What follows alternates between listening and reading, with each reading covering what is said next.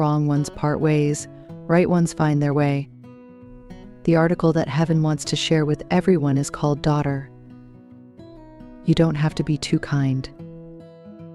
A mother's words awaken countless people. There's a sandpit at the entrance of the neighborhood, a paradise for children. Yesterday, passing by, I saw a 7 or 8-year-old girl playing near the sandpit with a toy shovel.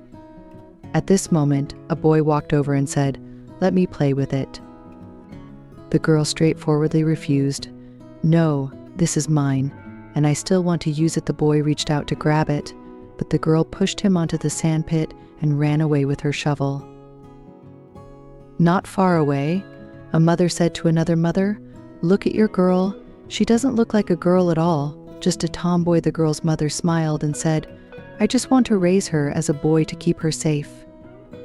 This viewpoint was new to me, so I intentionally slowed down to hear her continue. "Haven't you seen those news reports about those girls who were harmed by bad people? Every one of them was obedient and well-behaved." Upon hearing this, I couldn't help but admire the wisdom of this mother. Investigations revealed that these unfortunate girls all came from affluent families, received good education, and were one after another gentle and obedient, understanding and considerate. They were all good girls in the traditional sense, yet their endings were extremely tragic. We used to say that girls should be raised in affluence. In our fantasy, we educate our daughters to be obedient and sensible, loved by everyone, and then we prepare a hefty dowry for her. So after marriage, with wealth and kindness, she naturally would live a happy life, just like an innocent and adorable lamb, unquestionably likable. But don't forget, such girls are also favored by scumbags. My cousin, for example, is a typical good girl, the kind who blushes even when speaking loudly. She obeyed her parents, never had a relationship in high school and college. It wasn't until after graduation that she met a boyfriend through blind dates. They hadn't been dating long when, over a trivial matter, he slapped her. If it were any other girl, she might have left immediately. My cousin was very upset, thinking, if this happens before marriage, what will it be like every day afterward?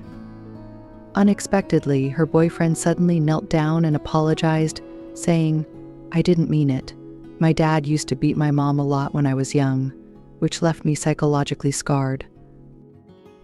Embracing a sense of mission to heal others, my cousin endured her boyfriend's violence again and again. When others saw her bruises and asked, she would cover for her boyfriend in every possible way. As a result, my cousin fell deeper into the trap. Eventually, she married him and had a child. Till now, her husband hasn't overcome his childhood trauma. Instead, he becomes more addicted to violence. Since beating others leads to jail time, while beating his wife gets him forgiven, why wouldn't he? You see, for scumbags, kindness is useless. Don't raise your daughter as a lamb, for wolves will surely eye her. Yet, in real life, there are still too many girls raised like lambs. In my relatives, there's a girl around my age, educated to be knowledgeable, reasonable, and considerate from childhood, a recognized good girl. When she got married, her father proudly stood on the stage and said, "Today, I'm entrusting my daughter to you. My daughter is especially pure and kind-hearted, filial and loving. I hope she can take good care of her husband, respect her in-laws, be a good wife, daughter-in-law, and mother."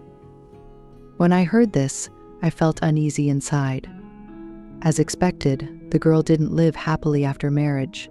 She worked tirelessly at home, even agreed to let her mother-in-law and younger sister-in-law move in, but her mother-in-law wasn't satisfied and often found reasons to scold her. Roses are beautiful, but they must have thorns. Excessively kind girls, having removed the thorns from themselves too early, are just there to be picked by others. So never believe in such nonsense that girls should be innocent, gentle, and kind. Remember, girls and boys will face the same world in the future. They must be as courageous, cunning, and capable as boys to stand firm. A friend has a daughter. He says raising a daughter makes one aware of the dangers of the world. I'd rather stand at my daughter's wedding in many years and tell the guests, my daughter is lazy, mischievous, and a devil incarnate. then regret many years later when my daughter is bullied, wondering why I didn't tell her how to protect her dignity and interests, letting her grow into a foolishly sweet girl. All such foolish sweetness is prepared for scumbags. Compared to boys, girls don't need more kindness. Instead, they need more opportunities, more capital, more agency. They need the ability to make more choices rather than standing in a passive position, waiting for fate's decisions. Kindness is an outward term. Only when you learn to preserve your own subjectivity do you qualify to speak of kindness. So, my dear daughter, you really don't need to be overly kind. Learning to love yourself is more important than kindness. That concludes today's article, and I hope it brings you new insights every day. If you found this article valuable, feel free to leave a comment. Here, you'll never be alone.